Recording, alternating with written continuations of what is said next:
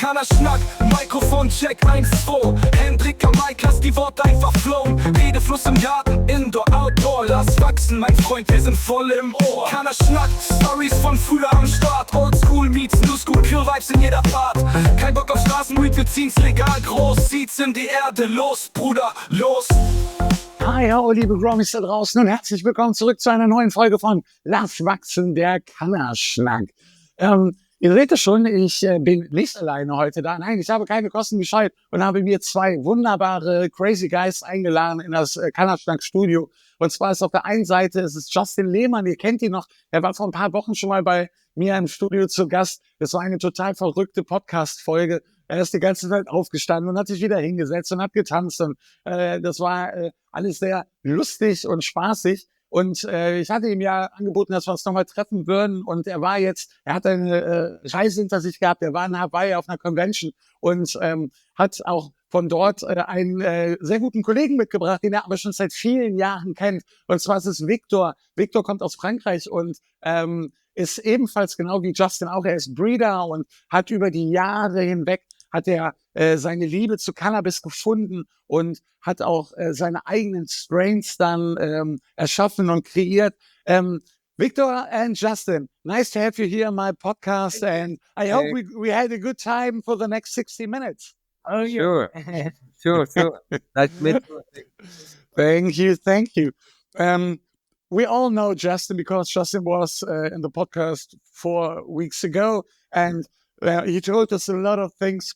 Maybe everyone remember. He told us a lot of things about his love and his strains and all this. But now we have you here, Viktor. It's a little bit similar to Justin. You found also your love for the cannabis plant, and in the time you tried to create your own strains. But what I want to know, before we talk about all the strains and all the stuff, let me hear something about how you start. How was your first connection to cannabis? When did you smoke first? How old was you there? And tell us something about you and your life, Viktor. Okay, thank you, Henrik. I grew up in France when it was a forbidden country regarding cannabis. I grew up in the Pyrenees mountain, and it was quite a natural farming life, and we didn't have any neighbor. And my parents were growing a few plants every year, but it wasn't the plants that we had interest on. Just one more plant in the garden.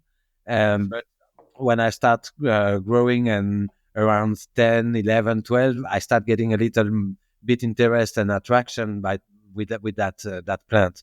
So after that, my parents, they were smoking, but for me, it was like smoking cigarettes.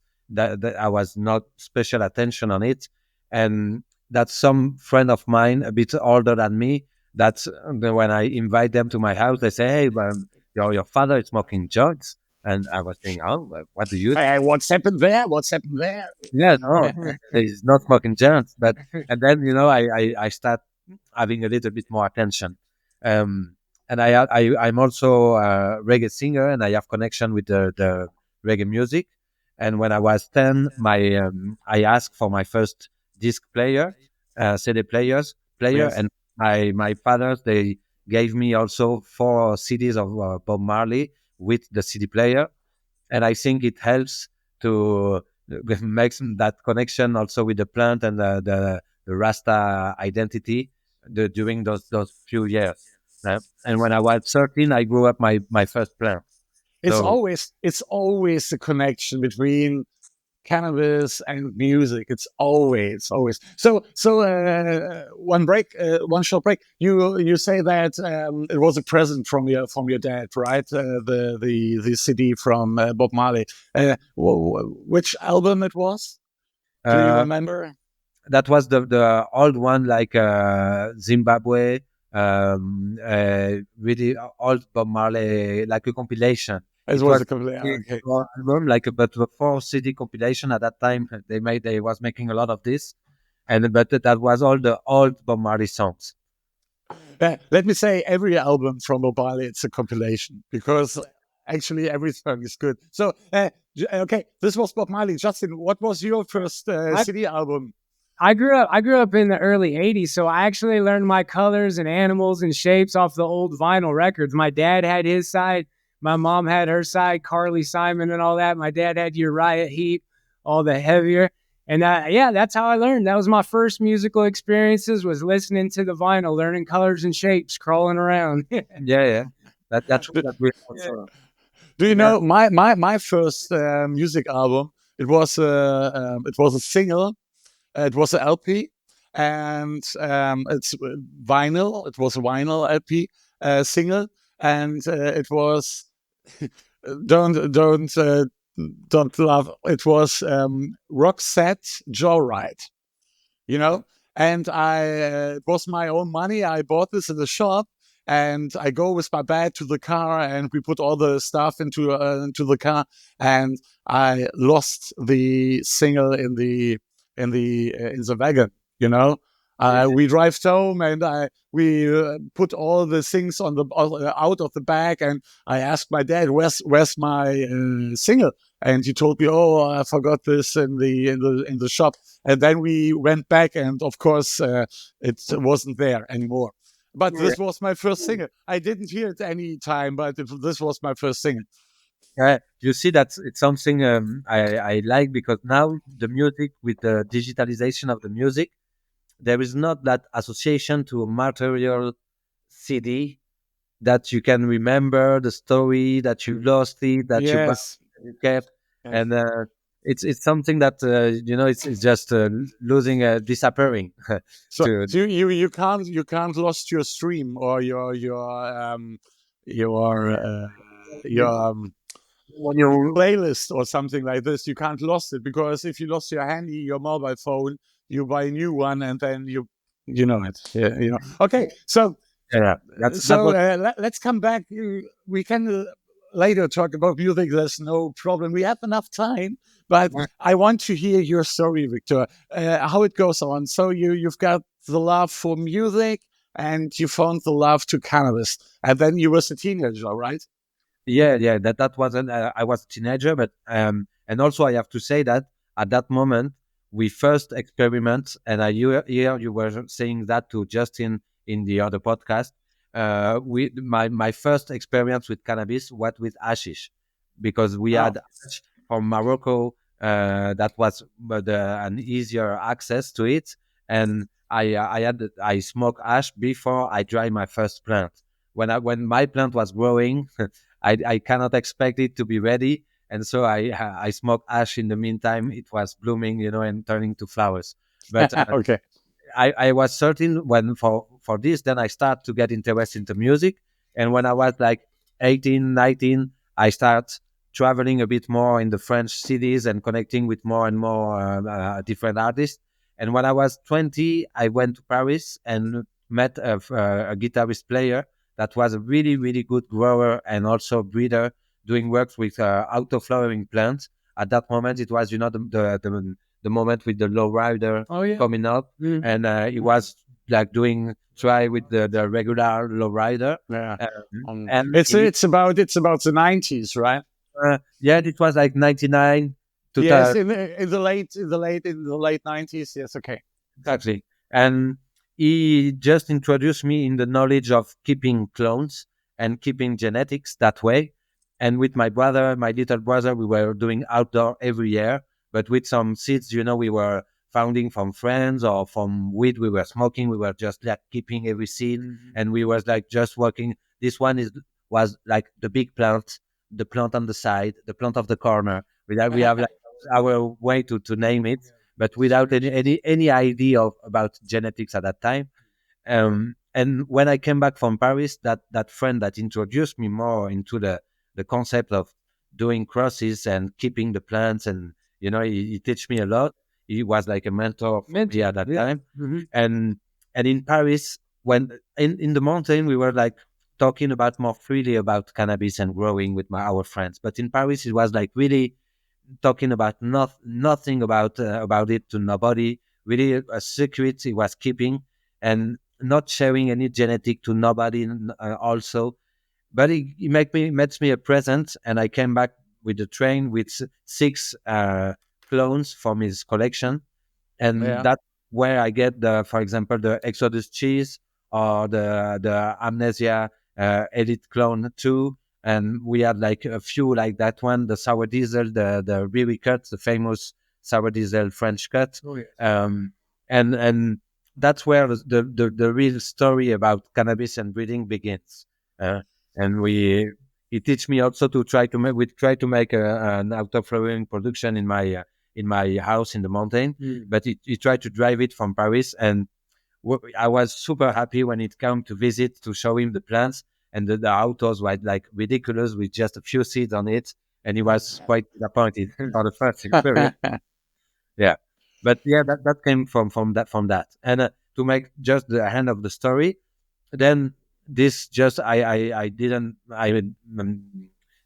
do nothing with him, but I was also webmaster at that time, and I started doing websites for some Spanish cannabis companies, and one Spanish guy just like bring me in a Spanish company that with a small grow shop, a small company, and we opened French Touch with that company and with the help of that older Spanish guy.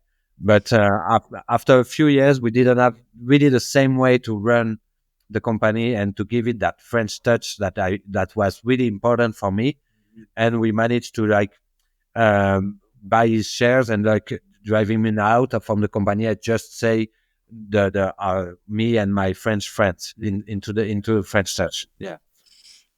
It's funny you told us that you don't share seeds when you were in Paris. You don't share seeds. Don't talk with anyone. Can you tell the German audience the feeling right now in France? Is it? Can you go outside with a joint? It's because it's not legal. We know this in Germany before the 1st April last year. It wasn't legal in Germany too. But what about parties in the front of the door of the party or on festivals? Do you see people there with some J's in their hand, or how does it look like? That's true that from the outside it seems to be really forbidden and like a strict country about it, but in festivals, parties, or some night bars, etc., you will see people smoking. In some festivals, sometimes it's like even you're just walking from the camping area to the stage, and you have with like weed like that, like amnesia, they just run out with their weed bag, and so it's there's that prohibition, but there's so many smokers that also it's quite hard to control. And French people, I think French smokers, they like to smoke, not of course, okay, not that hidden. And now with all the vaporization and all the cigarette and all the different way to smoke, it makes it more complicated. And also with the CBD at the end, when you see someone with a flower making a joint, you don't know if it's CBD or THC. So it also make it more usual to see, and so it's everything is pushing on the right side. Yeah. It's Justin. It's time for the legalization in France, right? Well, in France, you will have time, because just for the medicinal use, since now 4 or 5 years that they say it's going to be positive, they're going to make experimentation. Yes. 1 month ago, they say that they will stop the cannabis use for medicinals, and they will just leave it for 1 month and a half to leave all the medicinal users with the experimentation, leave it the time to just quit the product.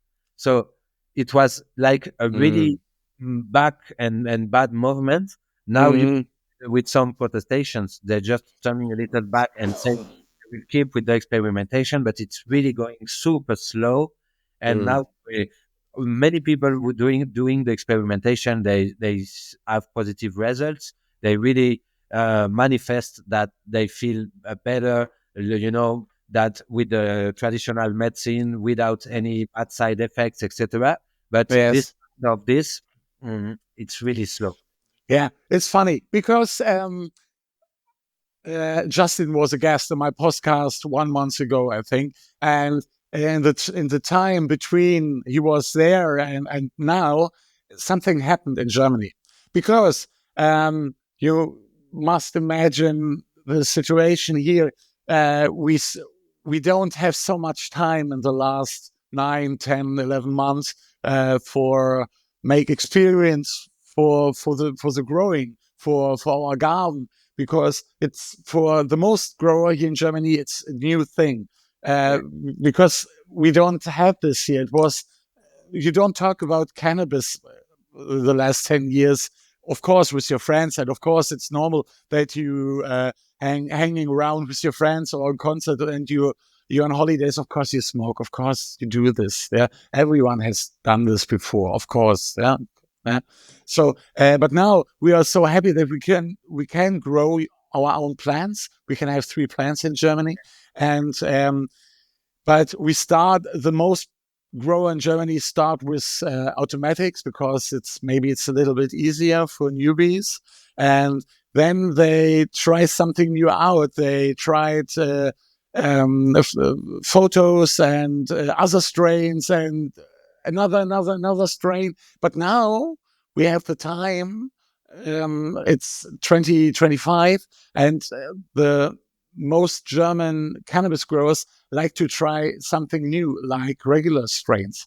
And I told this, Justin, maybe you remember that the German grower are not ready yet for this. We need more information about this because we don't know what we have to do. It's so funny because, it's very easy what we have to do. But a lot of growers are a little bit afraid of growing regular seeds because maybe you have a male and they can do anything with this plant, They want to have females. Yeah, Justin. sure. Yeah, it's all about an evolution, really. Like I said before, I've seen it in the United States. States open up when they go recreational for the first couple of years. It's all a transitioning and learning process. And I can see where Germany's at now within the first year of the recreational. But just to put it into perspective, though, the population of Germany is 88 million, okay? The population of California over here is 40 million. So there's twice the population of California in Germany in half the land size of Texas. And it borders 9 different countries. So I feel in the future, German cannabis is super critical, super important. So that's why I'm here to help and to educate and to send solid quality genetics over there, not to come over and try to take from the German breeders at all, but to help build culture and things I've learned from the past over here in the United States. Maybe people can benefit from it their own ways. And that's the love behind it. Yeah, that's very cool. But because Germany needs people like you, people to come to say something about this, the things their own experience, to give your experience to other German people, because this is what we need. Of course, we have a very, very good grower here in Germany, and they do this for 10 or 20 years ago. They know what they're doing, and we can learn from them, but we need more. It's not these people or the guys from Spain or the guys from Thailand or from the US or something like this.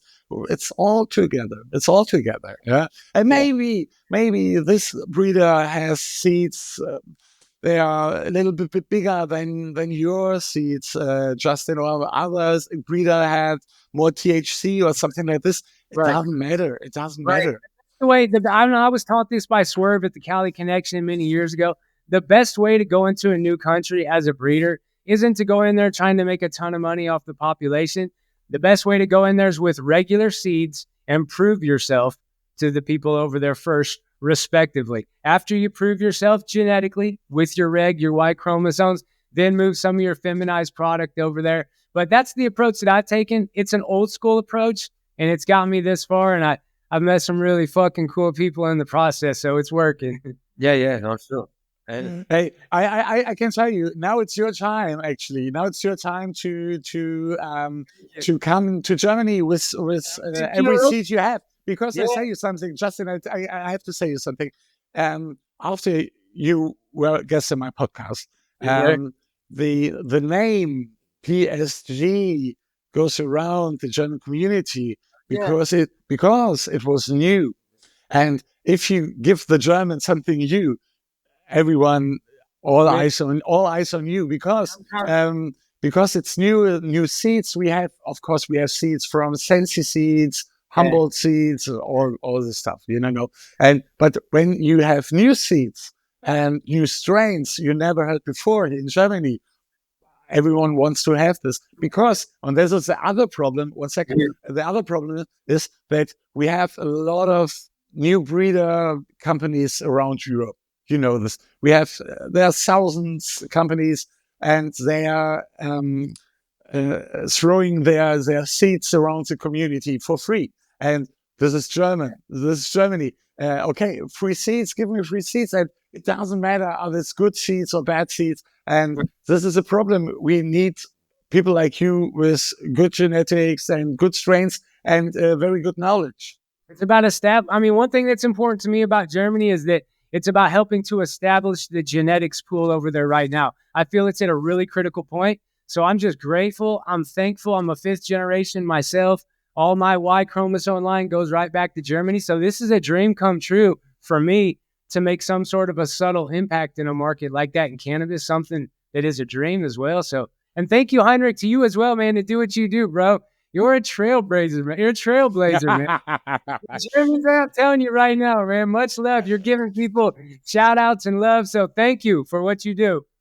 Yeah, and Thanks a lot. Thanks a lot. It's juice bombs. Juice bombs of it. Right? and for me also, it's really important to add that we've been trying to get and approach some breeders here in United States, because there's a lot of from Europe. There's and you know it, Enric. There's a lot of interest for all the American genetics. That's what is more or less ruling the game for the last years. And Justin was one of the first that really start answering us. And I was a fan of his since 2010. I've been a fan of his. And he was really open, to start sharing experiences. And I don't know, like few weeks later, he shipped me some genetics, some seeds to say, hey, bro, you want to work with my genetics? I mean, look, I shipped you that the first time that this is arriving to Europe, let's do a selection with this. And then I start working on it, and I get quite impressed by the vigorous of the start of the plant and the stability of with it. And structured, early purple ray. And that early purple I never saw on the European genetics at that moment. But what I want to say that he was available to ask for advices, send it some picture of the plant, look at this one, which is the right phenotype I should look for. It was even if we never met before, because we connected like that. And this time when I fly to America, that's the first time we really met physically, because for now we can't travel to Europe. It will be able in a few months, but for doing all the process for the French prairie creation, he wasn't able to come. He's been the lead. So, and I'm a father with 3 daughters. It's also hard for me to go abroad, Okay. It's easy to go to Germany or to some trade show there, but that means he's available. And with French Touch, we also available with someone that even is not a breeder, is not looking for any commercial purpose. We see that we won't have probably nothing to do with him commercially speaking in the future. But if he's competent and he understands what we explain, I always give advices for free. If some people that bought our seed, or even with other genetics, stay in good contact with if the person is nice and he contacts us and he's asking, look, I'm trying to do a selection and I want to do that and I want to keep the pollen and I want, and if the person is respectful and is asking, little by little, and is not, we some of the best at it. Communication wise, we made French prairie, we made that happen. Yeah, you, Viktor, you're talking from my heart, because this is the right way. This is the right way, and this is the way we try to do in Germany also. Yeah, But I told Justin the last time that we have some in Germany. Maybe you have this in France or Spain or the US. Also, this maybe it's the same. In Germany, we have some old school grower. They grow their own cannabis for 20, 30 years, but they have only their own way to grow cannabis. Yes. And they say this to everyone. Yes. And they say it's not in a normal way, in an angry, bad way. You know what I mean? And we in Germany, we don't like these guys, and we like to have a big cannabis family, actually. Yeah, this is the real deal in the end. We want to have, before the first April last year, when I imagine, okay, what's going to happen in Germany when everyone it's allowed to smoke? It must be peace and love everywhere. It must be peace and love everywhere. And maybe it was a little bit like this, maybe a little bit in the first 4 days or something like that. But then there was some from the earth, some cannabis professors, own name maybe, and they like to tell everyone what's the right way. But this is what we like to say in this podcast, that there are a lot of ways. It doesn't matter how you do this, maybe, but you do this. This is important. Yes. And what's the best way for you, to find the best way for you, actually, and, but in Germany, we need more people from all over the world to talk about their experience and yeah.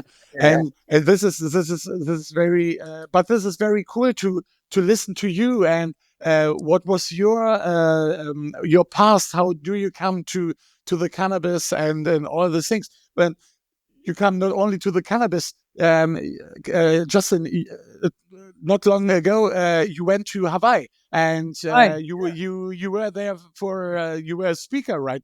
Is this right? Speaker, yeah. You're over there. Shout out Pakalolo Seeds. I went out there to Molokai before and stayed with those guys. But yeah, it's been our third year out there. The first year we went out, had a great time. Mahalo, beautiful culture. They invited us back the second year. I spoke out there. Great time. And just this third year, we went out to celebrate Guru Sue and her healing work. Chanel Yellowhair, she was out there helping Guru Sue. God State and Stan showed up. My security, Claude and Brian. We had a great time. But Hawaii's special, man. Just I would advise anyone in Europe that's looking for an event to come over and have a great time at. Hawaii Cannabis Expo is a really nice event. It sounds good. It sounds very, very good. Hey, they got a jiu-jitsu room at the same time, so there's speaker rooms and a jiu-jitsu room too. Okay, maybe 26. It could be maybe. Hey, come on out, bro. Okay. You don't know what's happened, because I've got so many people come to me and say, okay, come, let's go to this convention and on blah, blah, blah, this body. I need the time, Justin. I need the time. My family goes bigger and bigger and bigger, and I lost all my time in my family. So, or maybe I have to take them with to Hawaii. Hey, it's a family event too, so it's really cool. Yeah, of course. My daughter, I was raised around the plant with my dad as a kid, so I raised my daughter around it now. She's 14, and I strongly believe in that. People see my pictures online and raising my kid inside of the plant and understanding it for the future. But Justin, you told us that it was third year that you go there for a speaker. Third year. Why did we went? Yes, sir. So of course you meet new people, but maybe you meet old people you know because you have met them years ago. It's like a reunion if you meet the people again. Most certainly, man. We didn't get to see Swerve there this year, but man, some of the legends like Scott over at Rare Dank. I got to see Piff Coast Farms there this year with the Piff and Doja. And it just, it's a culture. It's a celebration. It's a bond. And I think Hawaii's got something special with what they're still doing out there. So I'm grateful to be a part of it. I speak about culture. I do a Roman-style live debate. And that means I might come out into the audience. That sounds very, very, very great. For all questions live, all heckling, all that too. People speak their mind. Come in and let's talk about this plant and let's formulate a new future with cannabis. Yeah, that would be great. That would be good. Have you seen anything new there? Some new gadgets or some new strains or something like this? Oh yeah, man. They got so many booths over there every year. It's great. If I get to see the wood pipe guy, he's always got different pipes. New genetics, the breeders that I get to go up to and talk to, because it's about the fellowship. Like, I meet up with Scott from Rare Dankness and his lady as well. We get to talk about packs and genetics, and it's a fellowship. It's a culture. It's something we keep alive, and it's the driving tone of cannabis worldwide. Not hating on the corporate world, but look, the underground cannabis scene is who pushed these laws to where they're at today worldwide. So we got to respect those principles and work together as a culture and synergy. You talked about the underground cannabis scene. Maybe you have heard about it. In Germany, we have government change, and now it could be a little bit change for the cannabis law. A little bit, maybe not. Maybe everything cool, everything is the same like right now. And I honestly, I think it will be this way, that it will be so like now. I don't think that there's a change really, but the new government wants to kick all the underground cannabis business from the street. But the funny thing is, the legalization. We have this legalization because we want to take the cannabis from the street back to our home, in our garden. This is where it's meant to be. It doesn't go. It shouldn't be on the street.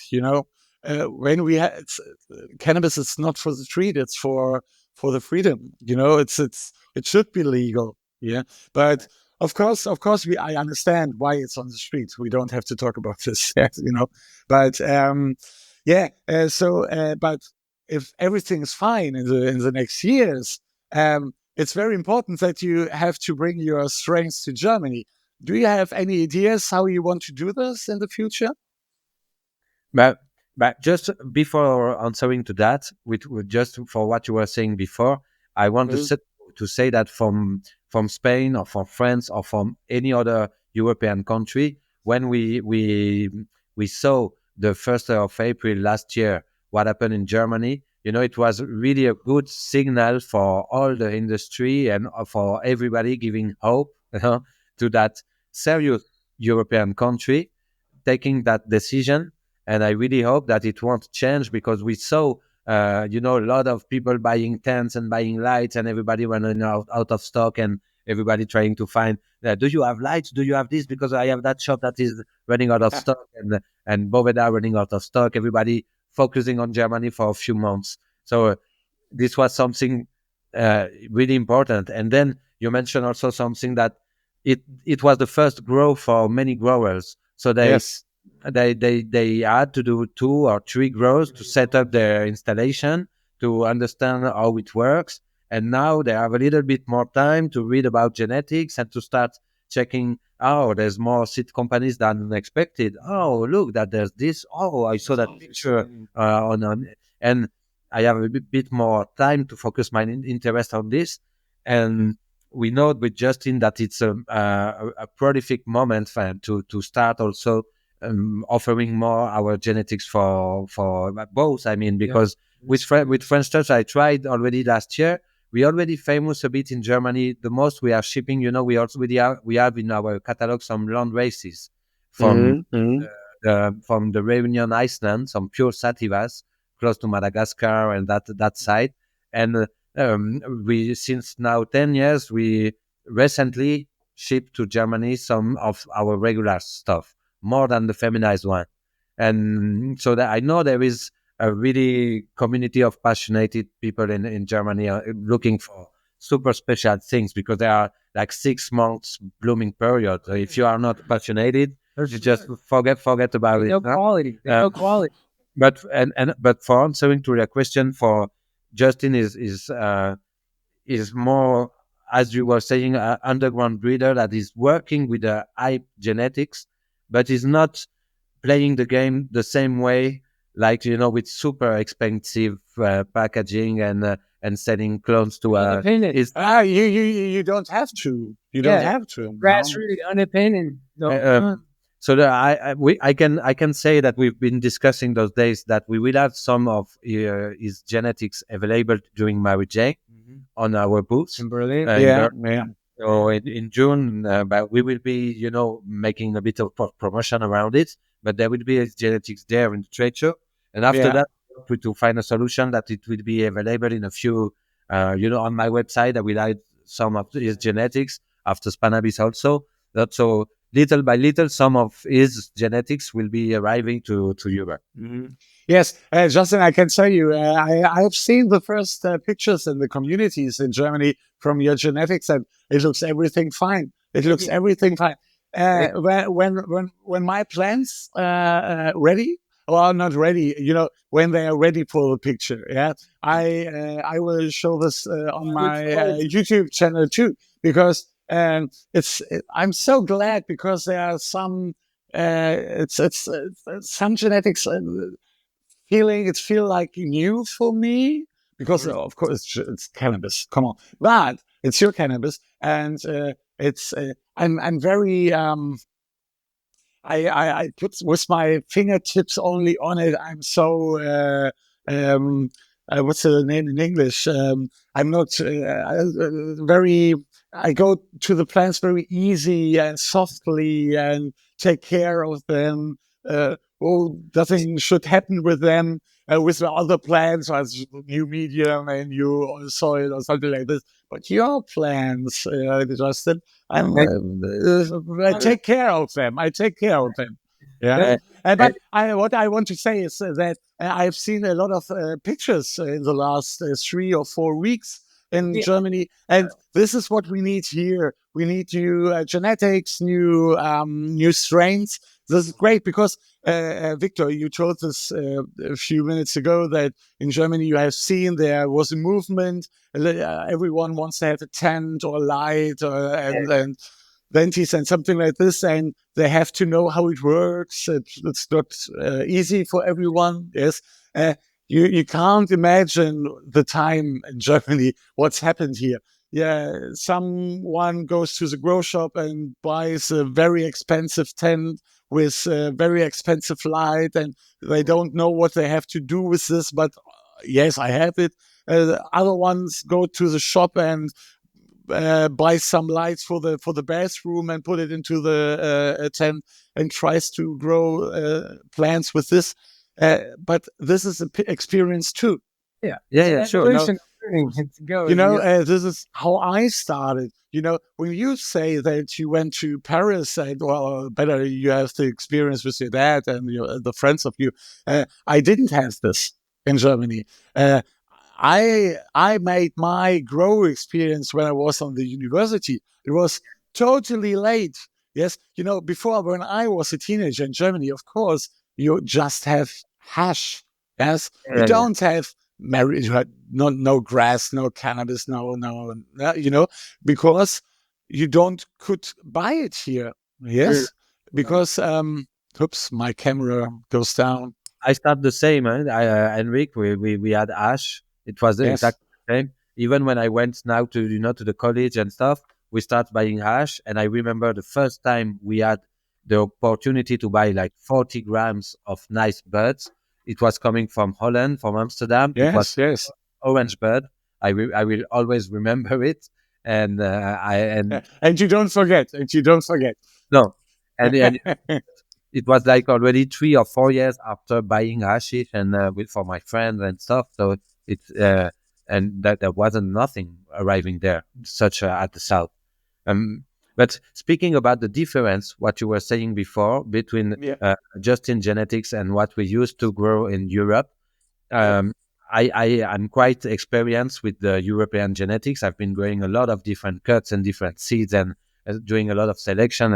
And when I grow his seed, he sent me 4 different genetics.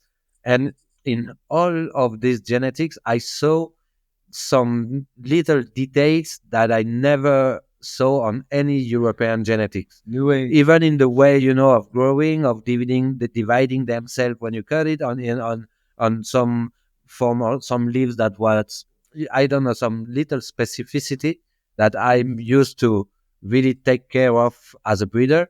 Yes. And the way the bird was constructing themselves, I can see and I can feel that there's a difference in the breeding process and in the way of selecting plants, not from yesterday, but from 10 or 15 or 20 years of breeding in a different way that the one we are doing and with different bases. Even if some of the best genetics reach Amsterdam in that days, and we are also working with some American base. And sometimes today I'm really laughing when people say, okay, you have that seed, but is it Cali? Is it from California? Well, as if it was, but okay, but what are we talking about? Because OG is from Cali. It's all the diesel also are from Cali. I mean, that's the way in Europe that we are speaking and naming the European What we're genetics. talking about, there's new age hybrid evolution from a selection-based status. Exactly. New age evolution. Every single fucking seed you pop is on the cusp of genetic evolution with PSGX World. You know it. Yes, that's right. Because this is a big problem in Germany or in Europe too. If you have a name, you create a name like Cali wheat. So Cali wheat is one name for 1,000 genetics. I don't know, something like this. And if you say in Germany, hey, come on, I have Cali wheat. Everyone, oh, great! This is fucking special. Blah blah blah blah blah blah blah. They don't know anything about the genetics, about the past, about anything. But they heard, oh, Cali wheat, this is good. You have to smoke it. Come on. And everyone likes to have Cali wheat. Yeah. But this is your point. You have to start. You have to bring new genetics to Germany or to Europe and say or give the information to the people what they have to do with this and what is the past of the genetics. This is important because in Germany too, man, is really the genetics pool, and that's where it ties into right there, like you're saying. Yeah, because Germany, we are not ready for this information now because we have I can tell you because we haven't enough time for the last 10 months with our growing experience. We had made some experience. Of course, we have done this, but Germany, we are very easy people. We want to have everything fine. It must be fine. I don't want to make. Well, others say it's very difficult to make easy new experience because not everyone wants to make this experience. Because when you have something which works, okay, it works. I want to have this again because it works, and they are fine with this. But now right now, because the summer season starts right now here in Germany, we have a change. The people are thinking new and they want to try something new out. And this is a new level for the German growers, and this is the time then you have to start, Yeah. Sure. It's true that Marijen will come a little bit late for this, but before that, it will be in Cannabis also available for the German people that have the luck to travel there. But it's where we come. It's to advise people to choose the right genetic for where they will grow and for what they are expecting from the plant. Because all genetics and European genetics are also interesting for different expectations. But if you want to really know the whole panel of what the plant is offering, then you need to come on that new field and that genetics that are quite different. And you will find really some new terpene profiles, etc. Are and also acclimatation, because right now in Nevada, I'm quite surprised that the climate is almost the same I have in my Pyrenees mountain. So okay. you know, But yes, but what you say is what we need in Germany is more time. This is what we need because this is what you say. We wrote some plants here and we make experience with this plant I have at home. But there are a million other plants, million other genetics all over the world, and actually, you have to try every strain to make your whole experience to check what's happening around the cannabis universe, you know? And that's this time we don't have this till now. We need more and more time in the future. but also, Enrique, you need to know that there's, I don't know if it's something happening only in Europe, but also here, but there's a lot also of company that are just buying seeds in bulk and packing it and giving it a new name. And at the end, we have like the amnesia under 20 names, 20 different names. And this is bringing a lot of confusion to the, for the growers when you start getting interest into that. And you say, okay, I love the amnesia. I want to make amnesia selection, and you buy 10 different packs from 10 different seeds company, and maybe you will have like only 2 different seeds because people just buy, and that's also what happening and creating confusion. Because if at the end we were doing a cleaning into that, there won't be thousands of genetics, but there will be hundred of genetics. No, I mean that will be a cleaning, and that will happen in time, I think, and it will bring a little bit more clear approach on the different genetics where it come from. A lot of people are trying to to make with the Stella with some relation and trying to to find a little bit, but it creates confusion because any false breeder, I would say, will try where he will put his energy. He will put his energy and a beautiful website, a beautiful description. He will invent some kind of different crosses and stuff, and it's quite almost impossible to verify. Even we are quite specialists. If you put a bird on the table, of course, if you put some amnesia on the table and you tell me that it's, I don't know, any gelato or skittle or any other genetic, I would say Hayes family, or give it a Hayes name. No, don't joke. But it's sometimes if you say it's I don't know which one Hayes crosses with I don't know which one, and it's just smelling a good Hayes, it's hard for me to really put my hand in the fire and say no, this is not what you say. It's quite complicated. So yes. But this is what you say. This is what you say, or Justin said. Yes. Let's see what Justin say about it, because we didn't discuss about that aspect. But it brings a lot of confusion when you are saying about that. Dude, that's not what we do. There's white tag companies over here, and there's a lot of people that take strains and name it other people's stuff. But what we do, PSGX World, Prayer Stage, it's so much on a fucking other level than that, with collaborations and people I've worked with over the years. And I can name drop people for a long period of time. But what it's about at the end of the day is the genetics, really. And that's what we represent. We don't represent taking those shortcuts. I don't have a bunch of other people breeding our gear or nothing. Everything we do is from my hand. Everything that's in a PSGX World pack is from our hands. Yes. You're talking not, it's not only work. What you're talking about, actually, it's love. Really. Because At the same time, this project with the French Prairie, I was a fan of his many, many years ago. We manifested this now. This is connecting the world, connectivity genetically. We want more European breeders to come over to America. More American breeders need to go over to Europe. We need to work together. The bond. And sharing the knowledge, everyone have experiences, etc.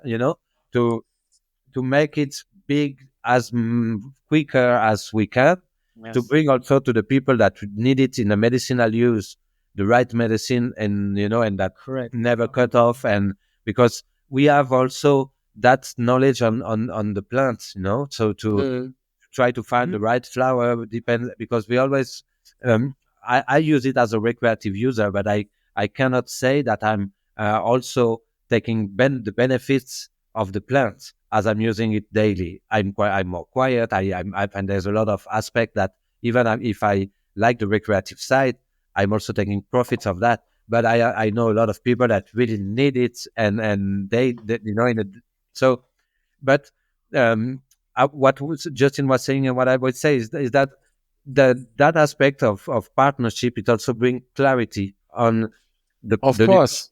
on the process and everything, and to share that knowledge or what you were saying before, it's also super important, because a lot of countries, maybe they go faster than us on the legal aspect. Like, for Yeah. example, I have experience in Argentina.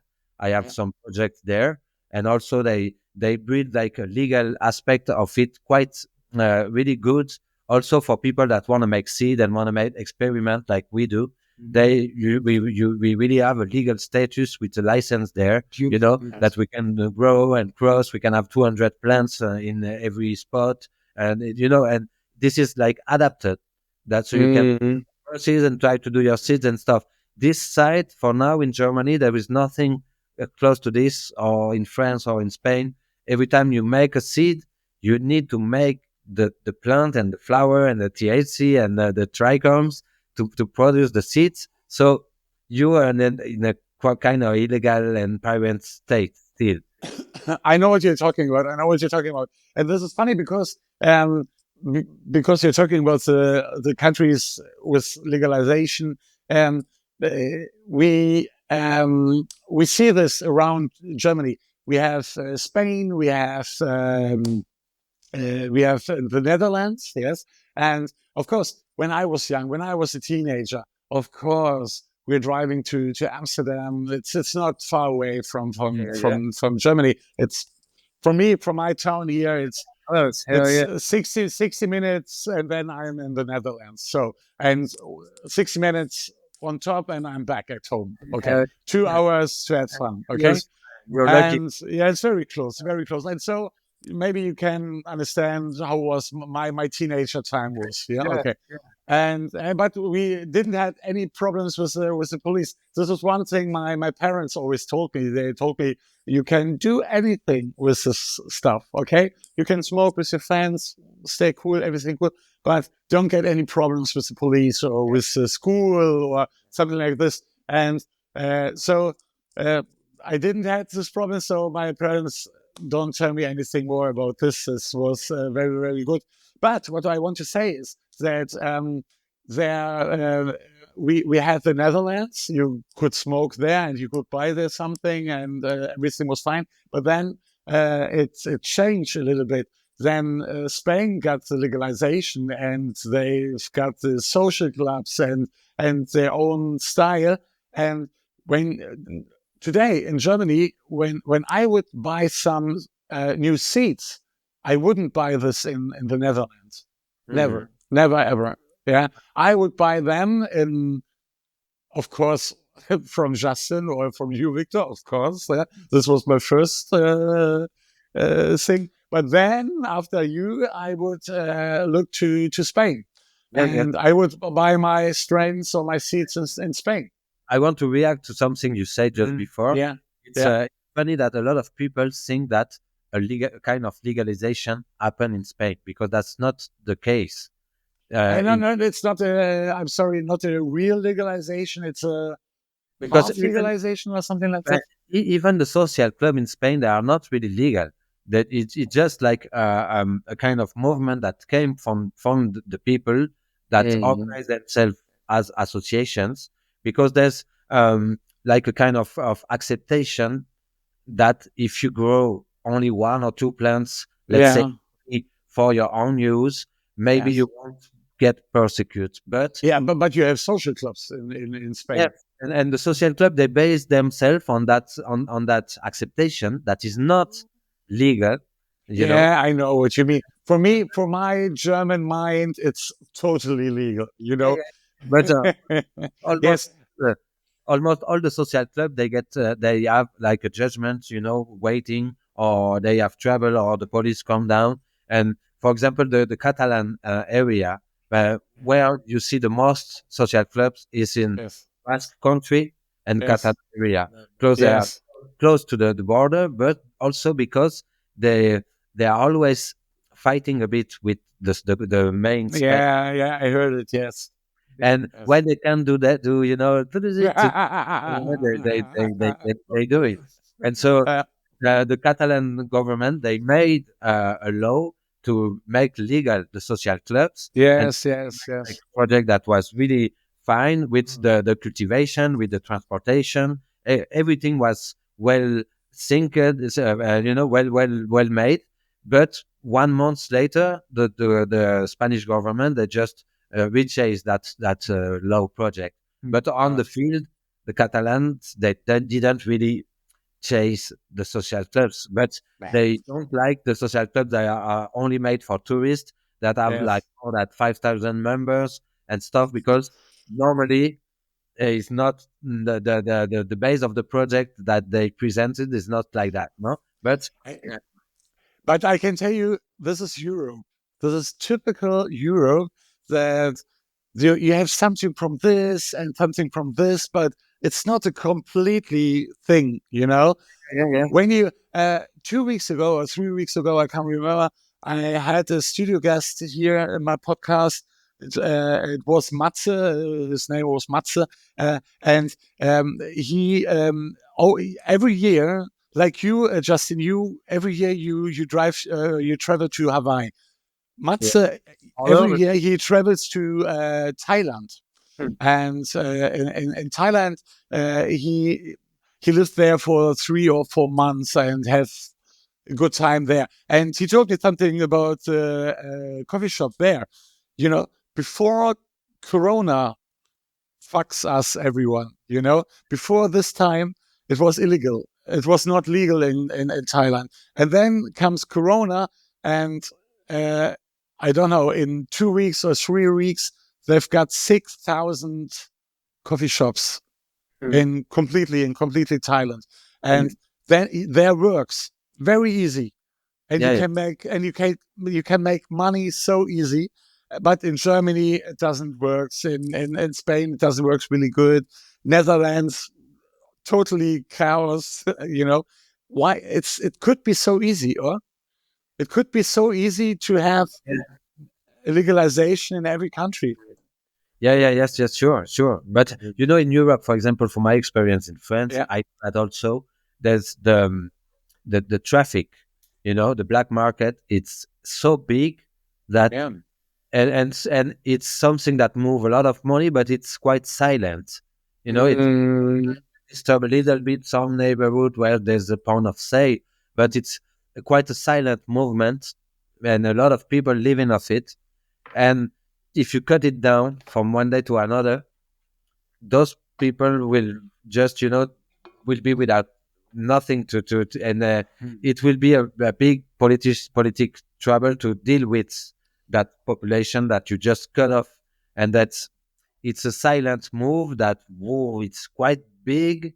And if you cut that off, you will have bad numbers with more crime and more stuff, and not everybody gonna look for a normal job. So it's, I think we have the same problem right now in Germany. Yeah. We have the same problem right now in Germany, because maybe I've heard about it. Of course, every country has this problem with the macro mafia. You know it, and we've got these guys from the Netherlands. They come to Germany and make some party here, and this is a problem for the German politicians. They don't want to have them here, and this is one reason, maybe a small reason, but this is one reason we have a change here, a government change here in Germany, because it's all about the black market, but it's all about you, Justin, and it's all about you, Viktor. I can tell you, it was at first, I have to tell you something, honestly. It's always funny to have guests here in my podcast, because everyone tells me his story and why he loves cannabis so much. But Justin, I swear, when you are in my podcast, everything is fine, everything is fine, everything is good. You give us this feeling, because you're very chilled, you're very relaxed, and but so much things you have to tell. Thank you. So, Justin, I hope that we could meet us again in our podcast, or maybe in real life, maybe on end of the summer on the Mary Jane, or we have the Canna Fair, or we have so many events here. And Like- when you are back in Europe, Justin, let me know and let's meet in real life. Yes, and Sure. this is and Victor is the same to you. It was very very nice to meet you the first time, and I'm so glad to hear all your stories and the levels you reach to come here to this point. Yes, Yeah. and it was a very very nice podcast with you to hear your stories, to hear what you have to do in the next 3, 4, 5, 10 months, and I'm so interested to see what you are doing in the next time. You will be in the Cannabis, Henrik? No. Sorry, it's too far away. I have not the time for this, but I'm on the Mary Jane. Okay, but I will Mary make Jane and the Canna Fair. You can meet us there, and Henrik. then we have enough time. I'm there for 3 days, so we can talk and do anything you want. No, sure. We will be in touch. Yes. Okay. That's great. So thank you so much. Und now I switch back to the German language. Then I have to say goodbye for the German guys. Leute, ihr habt es gehört. Ich hatte 2 unglaublich fantastische Typen hier zu Gast. Ich hatte einmal Viktor auf der einen Seite, der eine unglaubliche Geschichte über seinen Lebenslauf erzählt hat. Auf der anderen Seite ist Justin. Ihr kanntet ihn noch vom letzten Mal. Justin ist immer ein sehr gern gesehener Gast hier bei mir in dem Podcast. Es ist immer schön, ihm zuzuhören und seine Geschichten zu hören. Und es hat mir auf jeden Fall sehr viel Spaß gemacht, die beiden hier zu haben. Ich bedanke mich bei allen Leuten, die zugehört haben. Ich hoffe, ihr seid in der kommenden Woche wieder dabei, wenn es wieder heißt, lass wachsen, der Cannaschnack. Ich verabschiede mich mit einem wunderschönen See. Bis zum nächsten Mal. See you. See you, Henrik. Bye bye. Cannaschnack, Mikrofoncheck 1, 2. Hendrik am Mic, lass die Worte einfach flowen. Redefluss im Garten, Indoor, Outdoor. Lass wachsen, mein Freund, wir sind voll im Ohr. Cannaschnack, Stories von früher am Start. Oldschool meets New School, Pure Vibes in jeder Part. Kein Bock auf Straßenweed, wir ziehen's legal groß. Seeds in die Erde, los, Bruder, los.